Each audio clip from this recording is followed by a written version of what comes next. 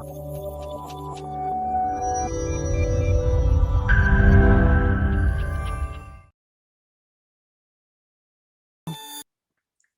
semuanya, Assalamualaikum warahmatullahi wabarakatuh. Markipa, mari belajar IPA bersama Ibu Betty. Di kehidupan sehari-hari, tentunya kita berdampingan erat dengan fungsi listrik. Hampir semua kegiatan manusia berkaitan dengan listrik. Kita belajar, kita perlu lampu. Kita menyetrika juga perlu menggunakan listrik. Dan banyak kegiatan lain yang menggunakan listrik. Tapi apa jadinya ya jika listrik padam? Tentunya akan mengganggu aktivitas kita ya. Nah, fenomena ini sangat berkaitan erat dengan materi yang akan kita bahas, yaitu tentang listrik dinamis. Namun untuk pertemuan kali ini, kita akan fokus untuk membahas materi tentang kuat arus listrik. Mari kita dengarkan penjelasannya. Kali ini, Ibu akan menjelaskan mengenai listrik dinamis bagian 1. Di mana pada listrik dinamis bagian 1 ini, Ibu akan menjelaskan mengenai konsep listrik dinamis. Ya, listrik dinamis. Kalau pada video sebelumnya, kita sudah membahas mengenai konsep listrik statis, nah sekarang kita move on untuk membahas konsep listrik dinamis. Nah, untuk mempelajari konsep listrik dinamis, ada beberapa besaran baru yang akan Ibu kenalkan ke kalian semua. Dan ini menjadi patokan penting untuk kalian menguasai materi listrik dinamis. Ya, besaran yang pertama, Ibu kenalkan dengan simbol I, itu menunjukkan kuat arus listrik. Ya, atau biasanya dengan satuannya yaitu ampere. Kemudian besaran yang kedua yaitu V, yang menunjukkan berbeda potensial dengan satuannya yaitu volt. Nah, kemudian besaran yang ketiga dengan simbol R itu menunjukkan hambatan dengan satuannya ohm. Ini simbol ohm itu seperti ini ya. Nah, ini menunjukkan sebuah hambatan. Oke. Next selanjutnya. Nah, untuk masuk ke materi inti, Ibu akan menjelaskan mengenai aliran listrik atau aliran elektron. Nah, perhatikan pada video ini. Nah, untuk tanda plus di sini, ini menunjukkan bahwasanya dia memiliki potensial yang tinggi. Sedangkan untuk tanda negatif ini, berarti dia menunjukkan potensial yang rendah. Nah, pada video ini terlihat aliran elektron, di mana aliran elektron ini dia mengalir dari potensial yang rendah, ya karena minus di sini, menuju ke potensial yang tinggi, ya karena plus di sini. Nah, ini dinamakan aliran elektron. Ya, jadi kalau aliran elektron itu dia mengalir dari yang potensialnya rendah ke yang potensialnya tinggi. Namun berbeda kasusnya ketika aliran listrik. Justru ketika aliran listrik itu dia akan mengalir dari yang potensial tinggi menuju ke yang potensialnya rendah. Ya. Jadi aliran listrik itu justru dia akan berlawanan arah dengan aliran elektron. Ya. Jadi kalau yang merah-merah ini dia aliran listrik, tapi kalau yang elektron ini berarti dia aliran elektron. Nah, arah aliran listrik mengalir dari titik berpotensial tinggi ke titik berpotensial rendah, sedangkan aliran elektron dia akan mengalir dari titik berpotensial rendah ke titik berpotensial tinggi. Nah, jadi paham ya tentang konsep aliran listrik dan aliran elektron. Keduanya memiliki perbedaan terhadap alirannya.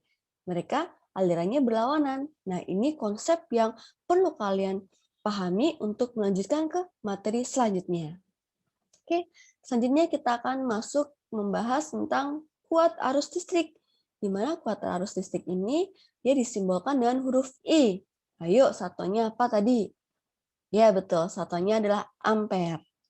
Oke, kuat arus listrik adalah jumlah muatan yang mengalir dalam satuan waktu. Ya, kita ingat jumlah muatan yang mengalir dalam satuan waktu.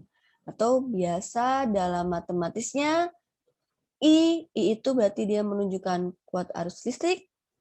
Jumlah muat Q per T. Q itu menunjukkan jumlah muatan dan T ini menunjukkan satuan waktu. Ya, Q sama dengan muatan listrik yang dimana memiliki satuan C atau Coulomb dan I dia kuat arus listrik memiliki satuan A atau ampere dan tentunya T menunjukkan waktu dengan satuannya S. Nah, lalu ketika di soal yang ditanyakan adalah T atau waktu, rumusnya bagaimana? Ya, ketika di soal yang ditanyakan adalah waktu, T berarti rumusnya berubah menjadi T sama dengan Q per I. Nah, kemudian kalau yang ditanyakan adalah Q, bagaimana? Ya, secara matematis, ketika yang ditanya Q, rumusnya menjadi Q sama dengan I per T. Nah, jadi ini sebenarnya hanya permainan matematis saja ya, Nak.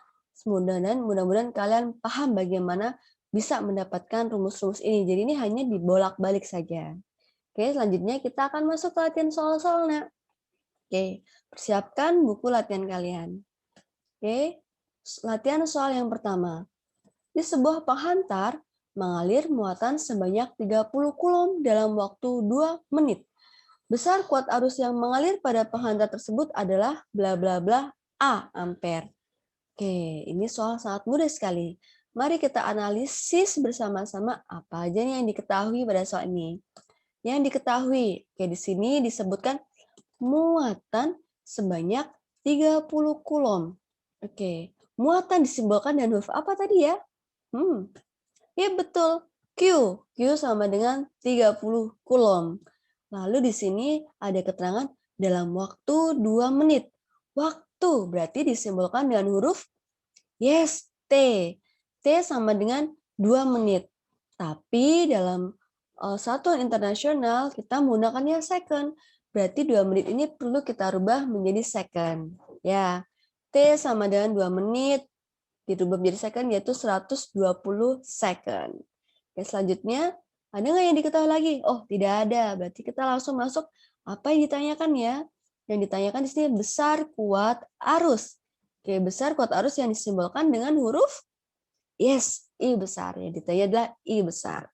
Yuk, diingat-ingat tadi rumusnya apa ya? Oke, I sama dengan Q per T. Nah, kita masukkan angkanya. Q sama dengan 30 Coulomb ya. Sedangkan T 120 second. Nah, tinggal masuk ke perhitungannya. I sama dengan 30 per 120 second. Hasilnya adalah I 1/4 ampere. Sangat mudah sekali kan? Oke, sangat mudah sekali. Kita lanjut ke latihan soal nomor 2. Sebuah penghantar dilalui arus listrik 0,2 ampere. Berapa waktu yang dibutuhkan untuk mengalir muatan sebanyak 10 Coulomb pada penghantar tersebut? Oke, mari kita analis apa saja sih yang diketahui. Nah, di sini sebuah penghantar dialiri arus listrik 0,2 ampere. Oke, arus listrik nih. Arus listrik itu disimbolkan dengan huruf yes, I besar, 0,2 ampere. Kemudian berapa waktu yang dibutuhkan mengalirkan muatan sebanyak 10 Coulomb. Muatan 10 Coulomb. Muatan simbolnya adalah ya, betul, Q. Q sama dengan 10 Coulomb. Oke, kita lanjut.